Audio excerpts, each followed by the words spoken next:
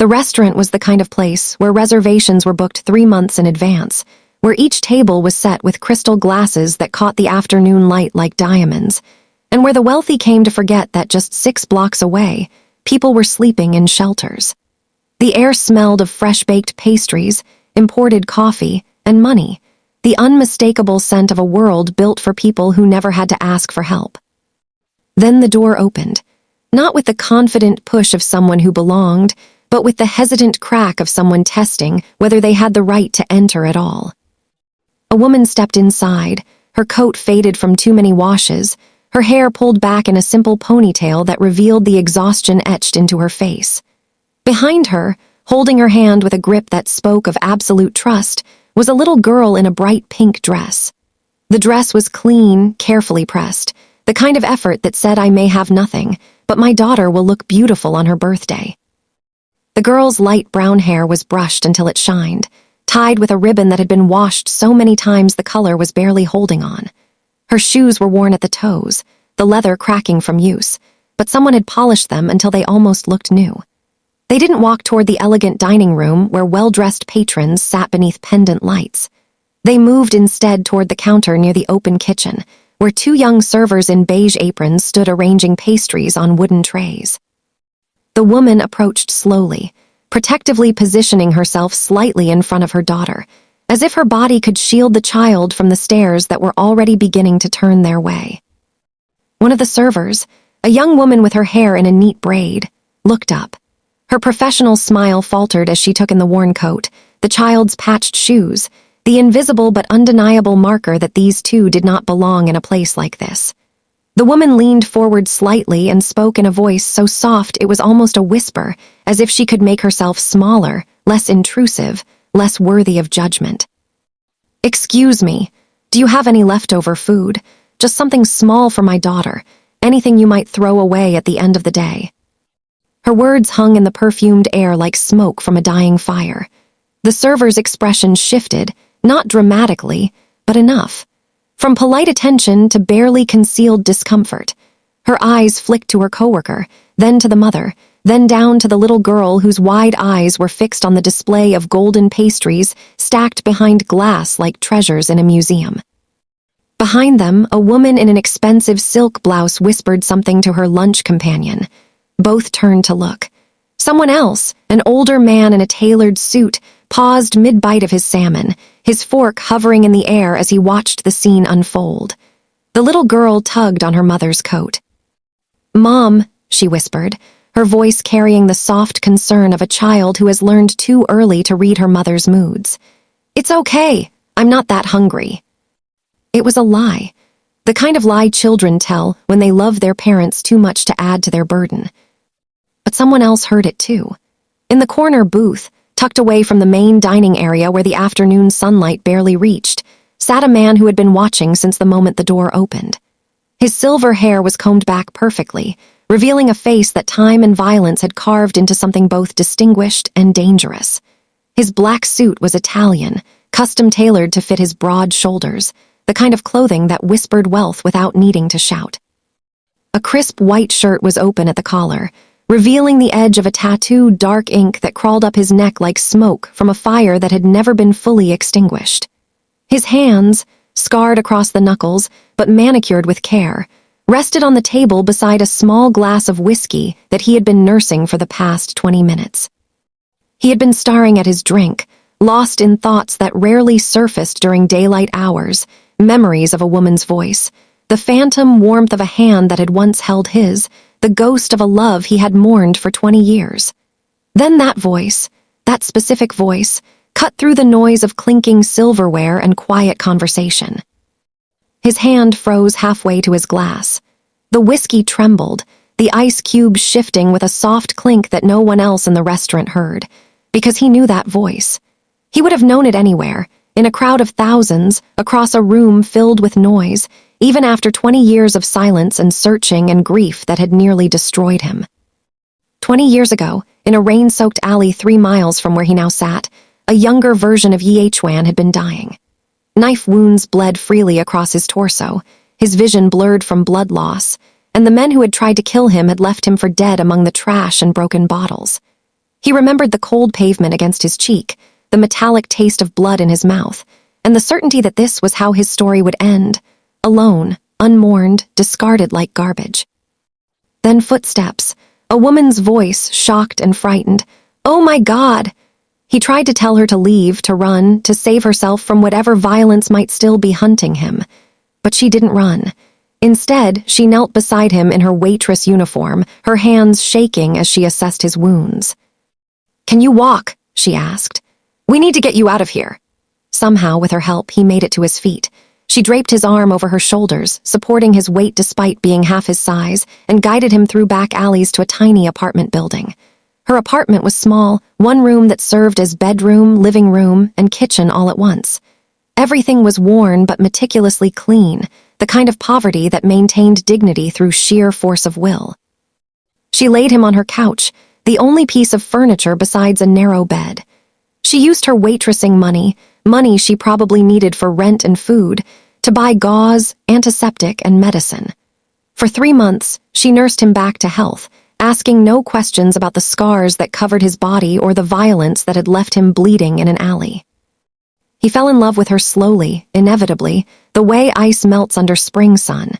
He loved the way she hummed while cooking cheap ramen, making it taste like a feast through sheer optimism. He loved how she read second-hand books by the window, her face peaceful in the afternoon light. He loved her kindness to neighbors, her stubborn belief that people were fundamentally good, her refusal to let poverty steal her joy. One night, 2 months into his recovery, they sat by her window watching the city lights. He reached for her hand. She let him take it. "You saved my life," he said. "You would have done the same," she replied, though they both knew he wouldn't have. He was already becoming what he would later fully embrace, a man who solved problems with violence, who saw the world as territory to be controlled, who had learned that power was the only language that mattered. But with her, he was different. With her, he was the man he might have been if life had been kinder. Then one morning, he woke to silence. Her side of the bed was cold. He sat up, called her name. "Areum!" Nothing. He searched the apartment. Her clothes were gone, her toothbrush missing, the photos of her family removed from the wall. She had erased herself from his life as thoroughly as if she had never existed. No note, no explanation, no forwarding address. Just the blanket she had covered him with that first night, folded neatly on the couch, and an emptiness in his chest that would never fully heal. He spent the first year frantically searching. He questioned neighbors who claimed they knew nothing. He went to the restaurant where she had worked. She had quit with no notice, left no contact information. He checked hospitals, shelters, police stations. He hired private investigators who came back with nothing. She had vanished as completely as smoke in wind. As the years passed, his search became an obsession that shaped everything he did. He rose through the ranks of the criminal underworld with ruthless efficiency, driven partly by ambition, but mostly by the need for resources. Money meant investigators. Power meant connections. Control meant access to information networks that spanned the entire country. Every dollar he earned was a tool to find her. Every person he recruited was a potential lead. Every city he expanded into was another place to search. His associates whispered about it, their boss's ghost obsession, his refusal to let go of a woman who clearly didn't want to be found. But no one dared say it to his face. They saw what happened to people who questioned Jae-hwan's decisions. Over 20 years. He built an empire. He became the man people feared, the name that made business owners pay protection money without argument, the power that politicians consulted before making decisions. And through it all, he searched. He saw her face in crowds, always a false alarm. He investigated every woman named Areum in the country. None were her. He never stopped looking, because stopping would mean accepting she was gone, and he couldn't survive that truth. Now, in this restaurant, his dark eyes lifted from his forgotten whiskey and locked onto her profile 15 feet away. The curve of her jaw, the way she bent her head when speaking, the protective stance that made her body a shield. It was her. After 20 years, it was her. The server at the counter was shaking her head, her discomfort morphing into disdain. "I'm sorry, ma'am, but we don't give out food. It's restaurant policy. You'll need to." The little girl looked up at the server with eyes that held too much understanding for someone so young. eyes that had learned disappointment early. And watching his daughter, though he didn't know it yet, try to comfort her mother with a lie about not being hungry, something inside Jae-hwan cracked open. He set down his glass with deliberate care. The sound of crystal touching wood was soft, almost inaudible, but his chair scraping against the floor, that sound carried. Conversations stuttered. Silverware paused mid-motion. The two servers behind the counter looked up sharply, their faces going pale as they recognized who was rising from the shadows. Because everyone in this city knew Jae-hwan.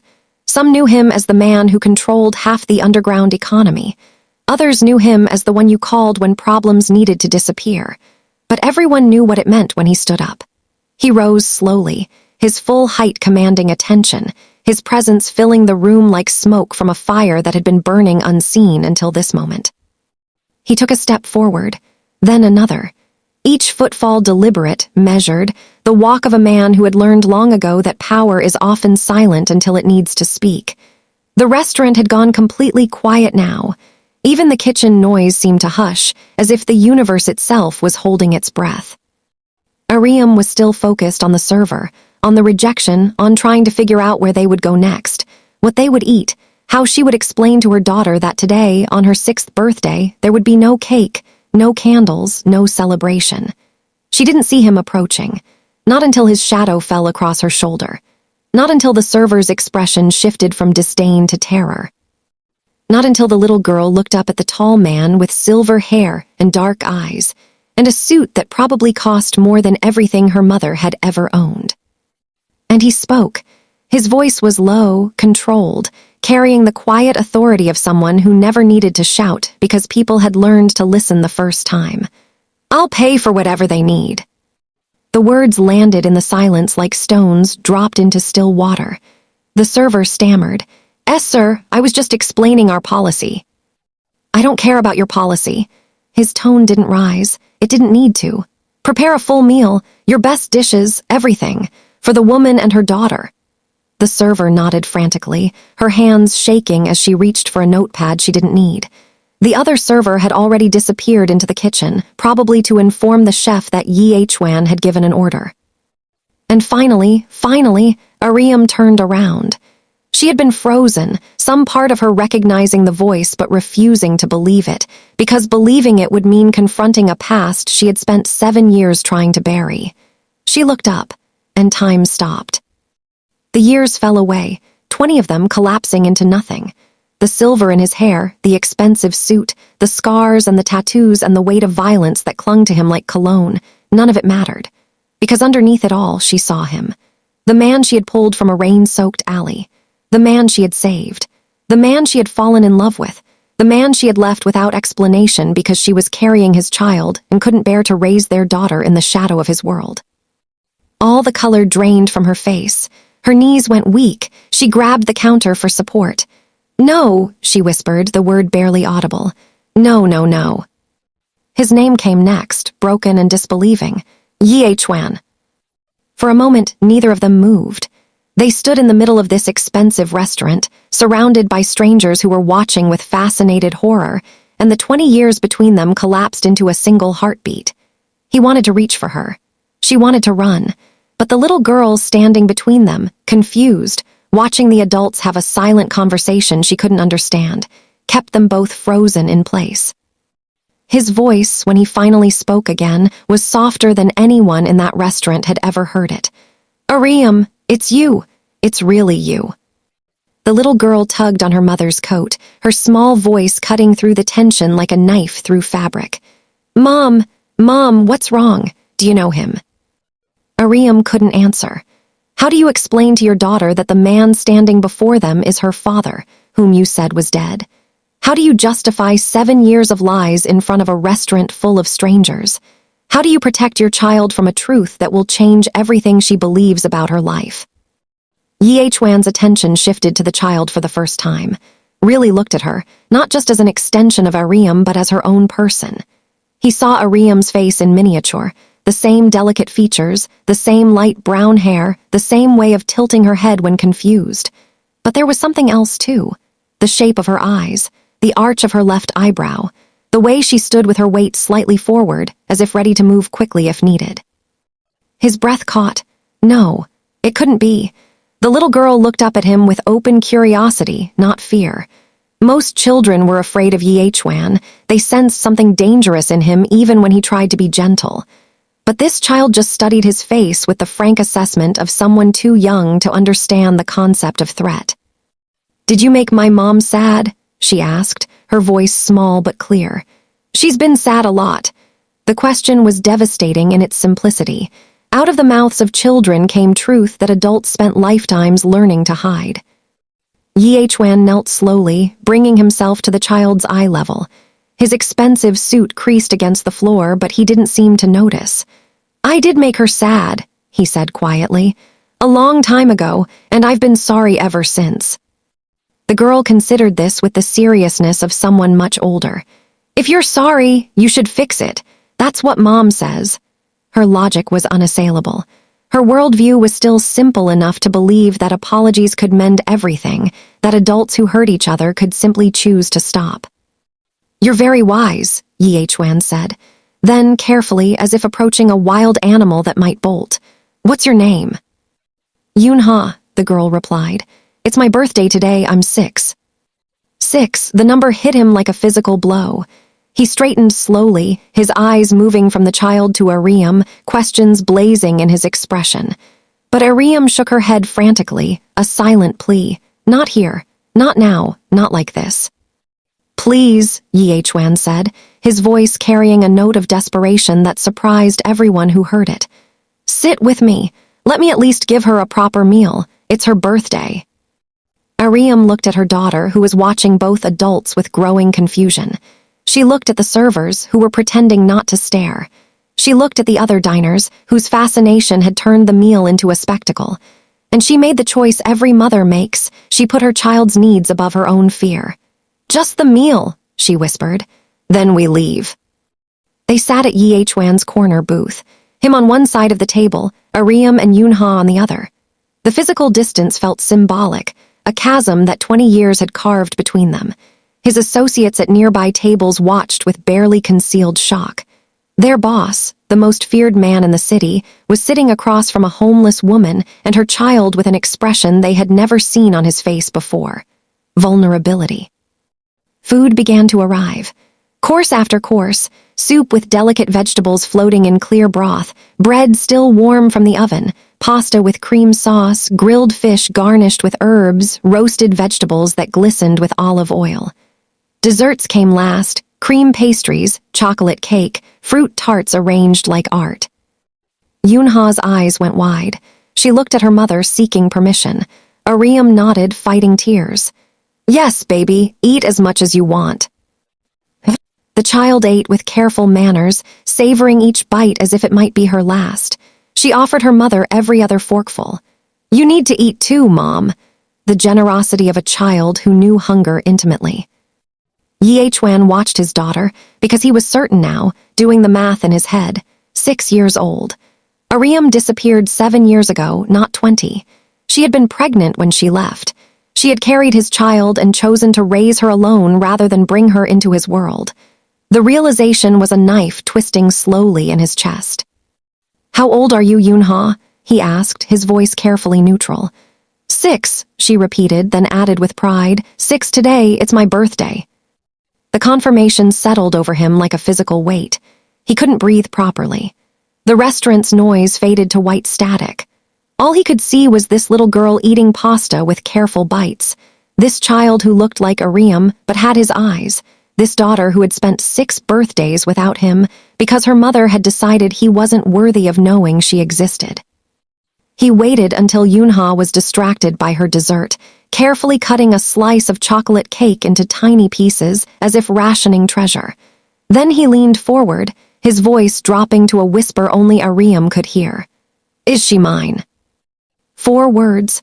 4 words that contained the weight of 7 years, the accusation of stolen time, the demand for truth that could no longer be avoided. Areum's silence was answer enough. She didn't deny it, didn't defend it. Just sat frozen, her face pale, her hands gripping the edge of the table as if it were the only thing keeping her from collapsing. Why didn't you tell me? His voice cracked, and somewhere in the restaurant someone gasped at the sound of Jae-hwan's composure breaking. Why did you take her from me? I was protecting her, Areum whispered fiercely, aware of Yoonha just inches away. From your world, from what you became. You didn't give me a choice. You decided I wasn't worthy of being her father. The words came out raw, stripped of the control he normally wielded like armor. You decided alone, and you took 7 years from me, 7 years of her life that I'll never get back.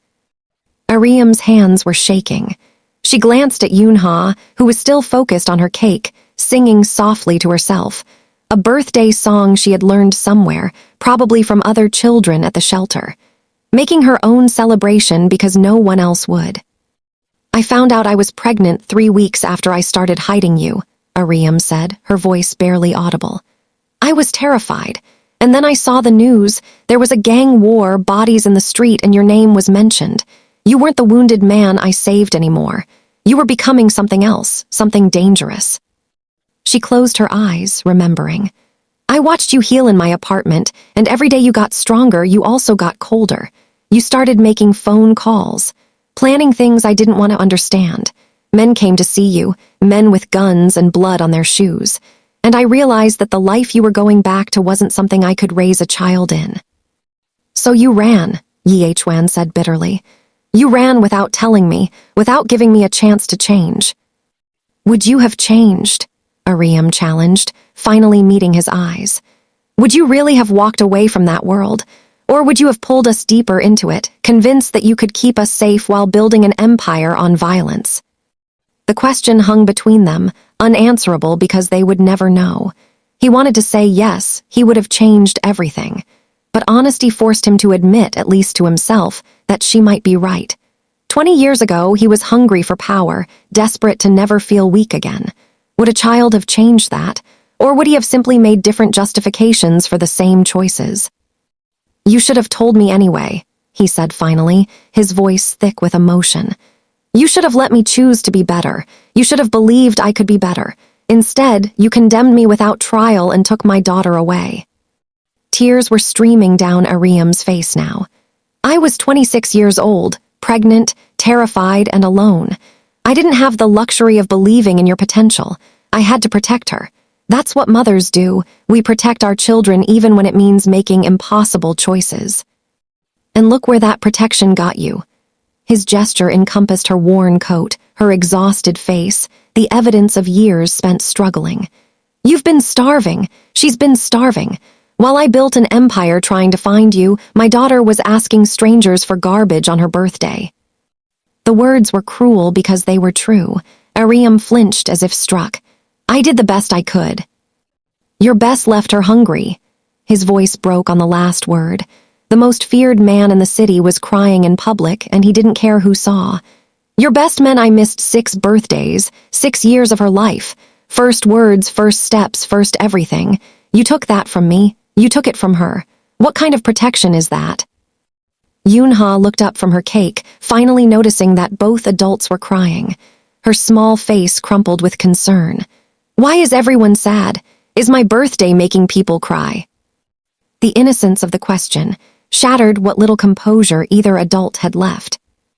Jae-hwan wiped his eyes quickly, trying to compose himself. He looked at Yoonha, at his daughter, and felt something in his chest that he hadn't felt in 20 years. Purpose that wasn't rooted in revenge or power. Love that asked for nothing in return.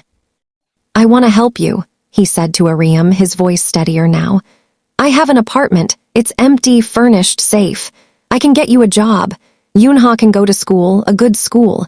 She can have friends, toys, birthday parties, everything she should have had all along.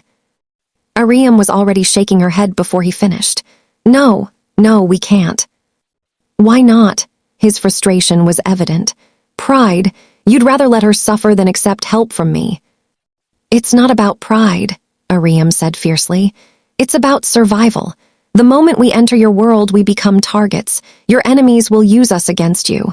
Is that what you want? For our daughter to be leverage in whatever war you're fighting? I can protect you both. His voice carried absolute certainty, the confidence of a man who had never failed at anything he truly committed to. Your protection is what makes us targets in the first place. Areum gathered Yoonha close, preparing to leave. Thank you for the meal. Thank you for everything. But we can't be part of your life. It's not safe, for her or for me. She stood, pulling Yoonha to her feet. The little girl clutched a pastry wrapped in a napkin, a small treasure to take with them. Say goodbye to the nice man, Yoonha. Yoonha turned back, smiling at Jae-hwan with the uncomplicated affection of a child who had received unexpected kindness. Goodbye, mister. Thank you for my birthday dinner. You're like a prince from the stories. Goodbye, sweetheart, Jae-hwan managed, his voice thick. He wanted to tell her who he was, wanted to kneel down and say, I'm your father. I'm so sorry I wasn't there.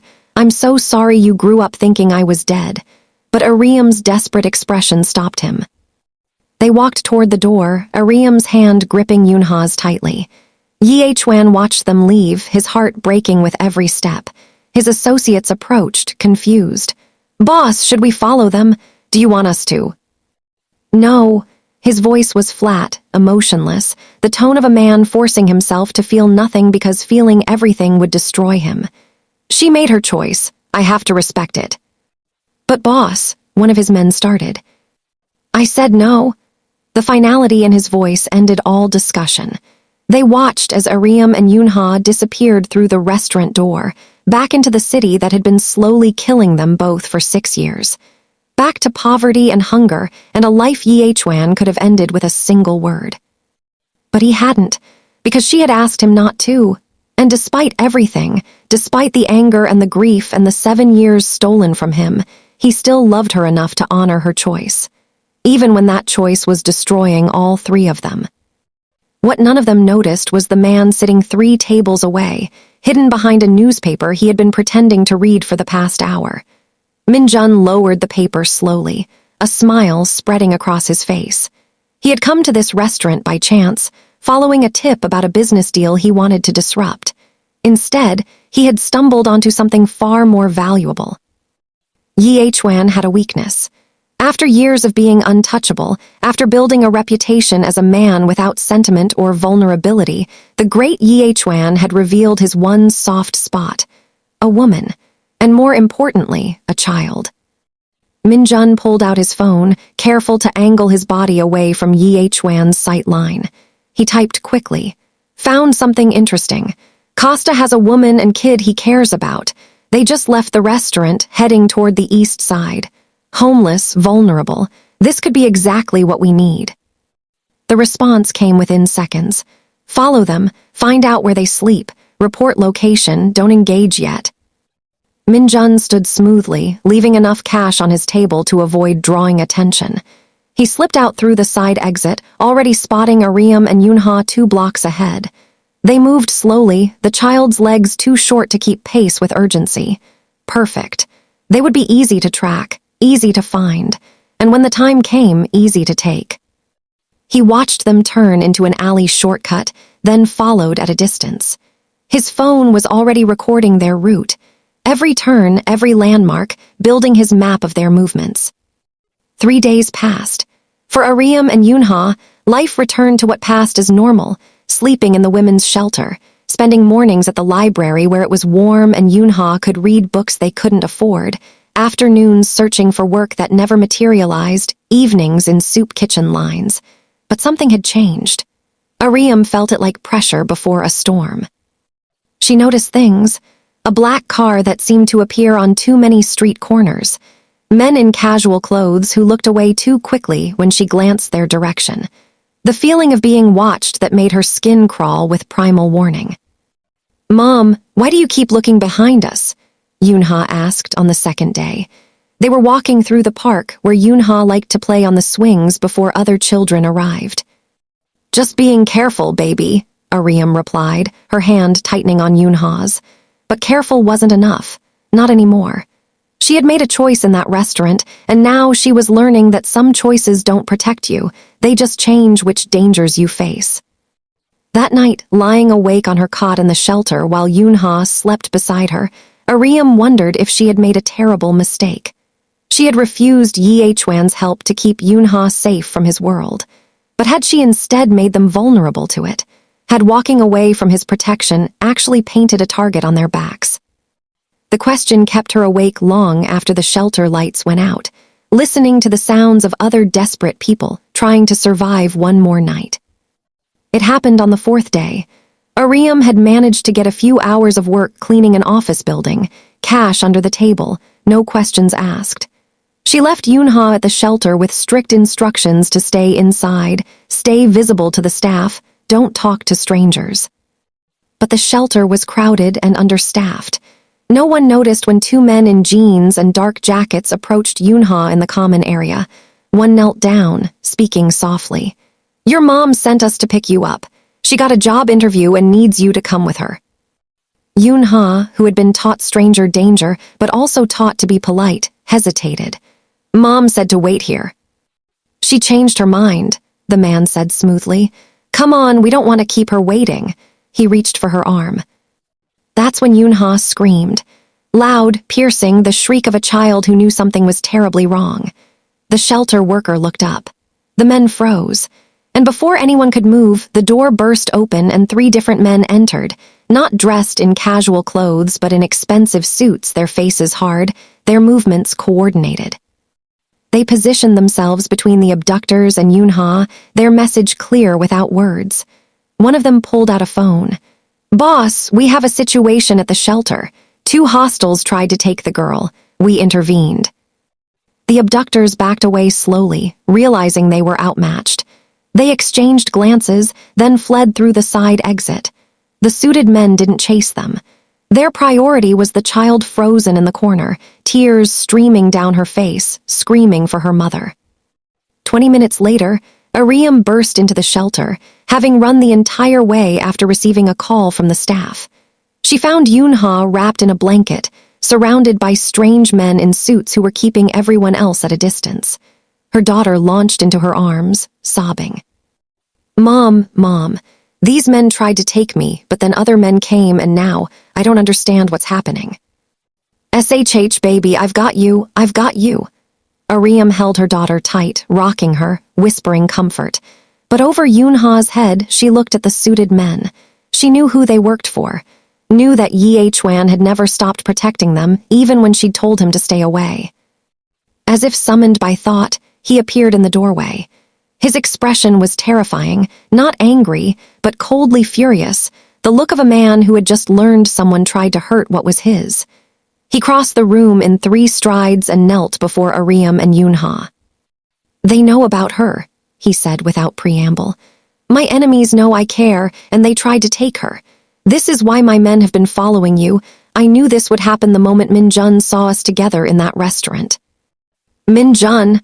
Areum's face went pale. She knew the name. Everyone in certain circles did. If Min-jun was involved, they were in danger beyond anything she had imagined. "You don't have a choice anymore," Jae-hwan continued, his voice urgent. "Refusing my help won't keep her safe. It's too late for that. The only safe place now is under my protection in my home, where I can control who gets close to you." Yoonha had stopped crying but was listening to every word with wide eyes. "Mom, I don't understand. Why are bad men trying to take me? What did I do?" Jae-hwan looked at Areum, asking silent permission. She closed her eyes, tears spilling down her cheeks, then nodded once. 7 years of lies were about to end. He took Yoonha's small hands in his scarred ones, his voice gentle despite the urgency of the moment. "Yoonha, sweetheart, I need to tell you something very important. Something your mom should have told you a long time ago, but she was trying to protect you." He paused, searching for words that would make sense to a 6-year-old. "Do you remember when you asked me if I made your mom sad?" Yoonha nodded, her face serious. "I did make her sad, but not because I wanted to. Your mom left me before you were born because she thought the world I lived in was too dangerous for a baby. She thought you would be safer if I didn't know about you." His voice cracked. "But she was wrong about one thing. She told you that your father died before you were born. That wasn't true." Yoonha's eyes grew wider, her small voice trembled. My dad didn't die." "No, sweetheart, I'm right here. I'm your father. I've been alive this whole time, just not knowing you existed, not knowing I had a daughter who needed me." Tears ran down his face, and he made no attempt to hide them. I'm so sorry I wasn't there for your birthdays, for when you were scared, for all the times you needed a dad. But I'm here now, and I'm going to keep you safe. Yoon-ha stared at him, processing information that was reshaping her entire understanding of her life. Then she looked at her mother. Mom, is it true? He's my dad, but you said. I lied, baby. I'm so sorry. I lied because I thought it would protect you. I thought if he didn't know about you, you'd be safer, but I was wrong. Areum was sobbing openly now. I'm so sorry. The car ride to Jae-hwan's building was silent except for Yoon-ha's occasional sniffles.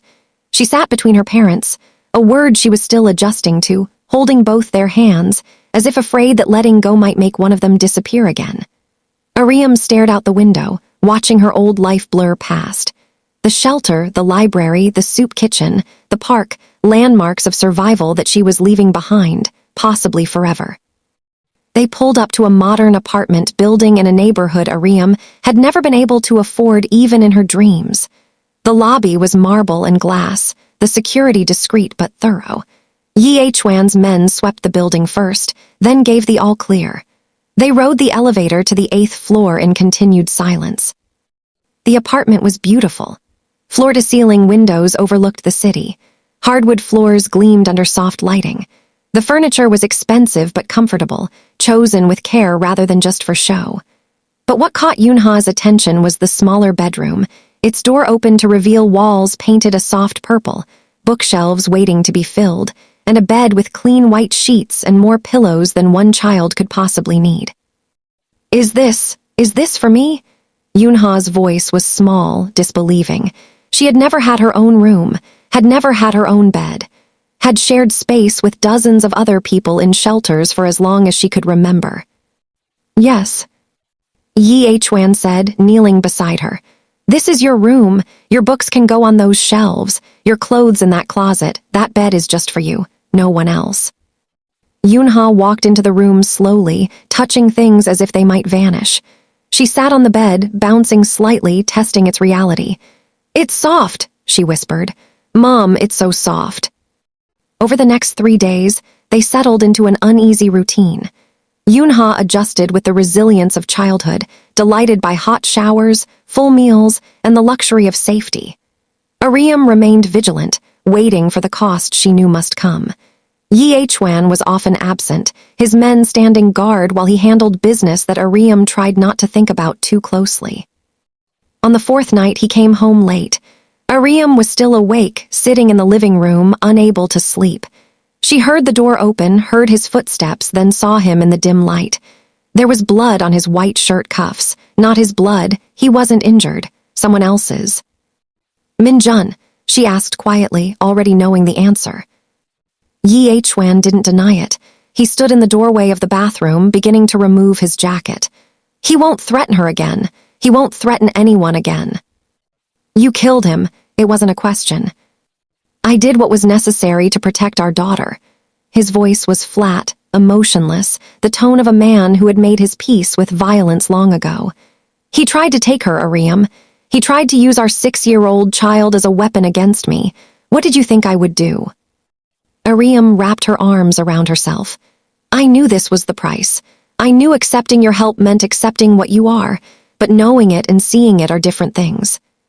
He turned to face her fully. I can't change what I am. I've tried to become something else, something better, but this world doesn't let people like me walk away.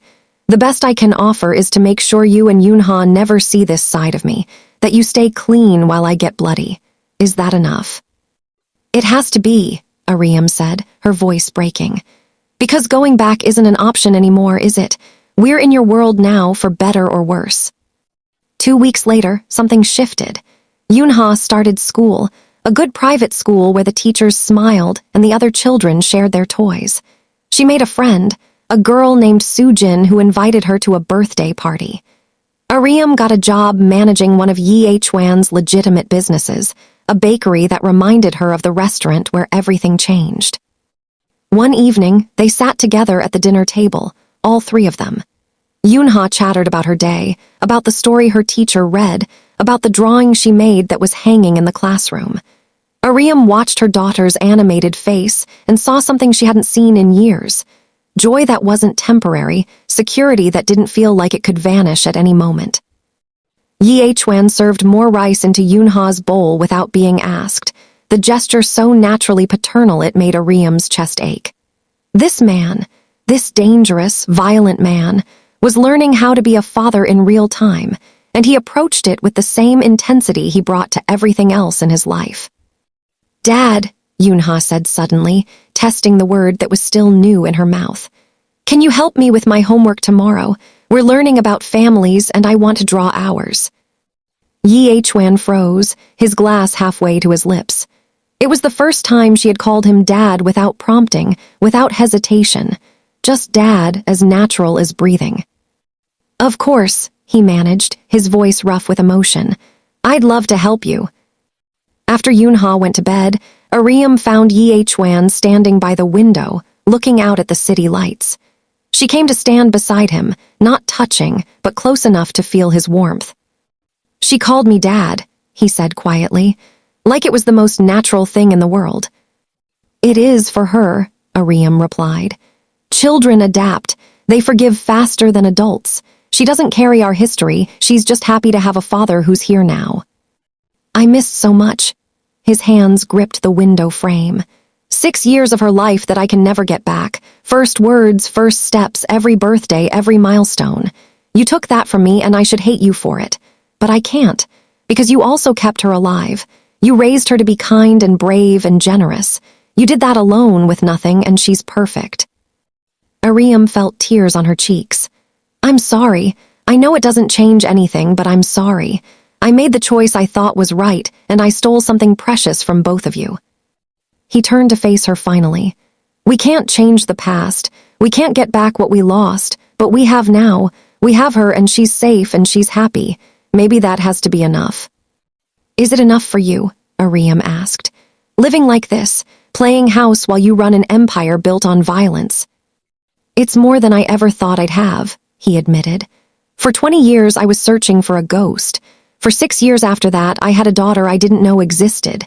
Now I have both of you under my roof, alive, safe, and she calls me Dad. That's not enough. It could never be enough to make up for what was stolen. But it's something. It's a start." They stood together in the quiet apartment, two people who had loved and lost and found each other again under impossible circumstances. In the other room, their daughter slept peacefully for the first time in her life, dreaming dreams that weren't haunted by hunger or fear. It wasn't a fairy tale ending. There was no redemption arc that erased Jae-hwan's violence or absolved Areum's choices. They were still themselves, flawed, damaged, compromised by their pasts and their circumstances. But they were together. And in the small spaces between the darkness, they were building something that looked almost like a family.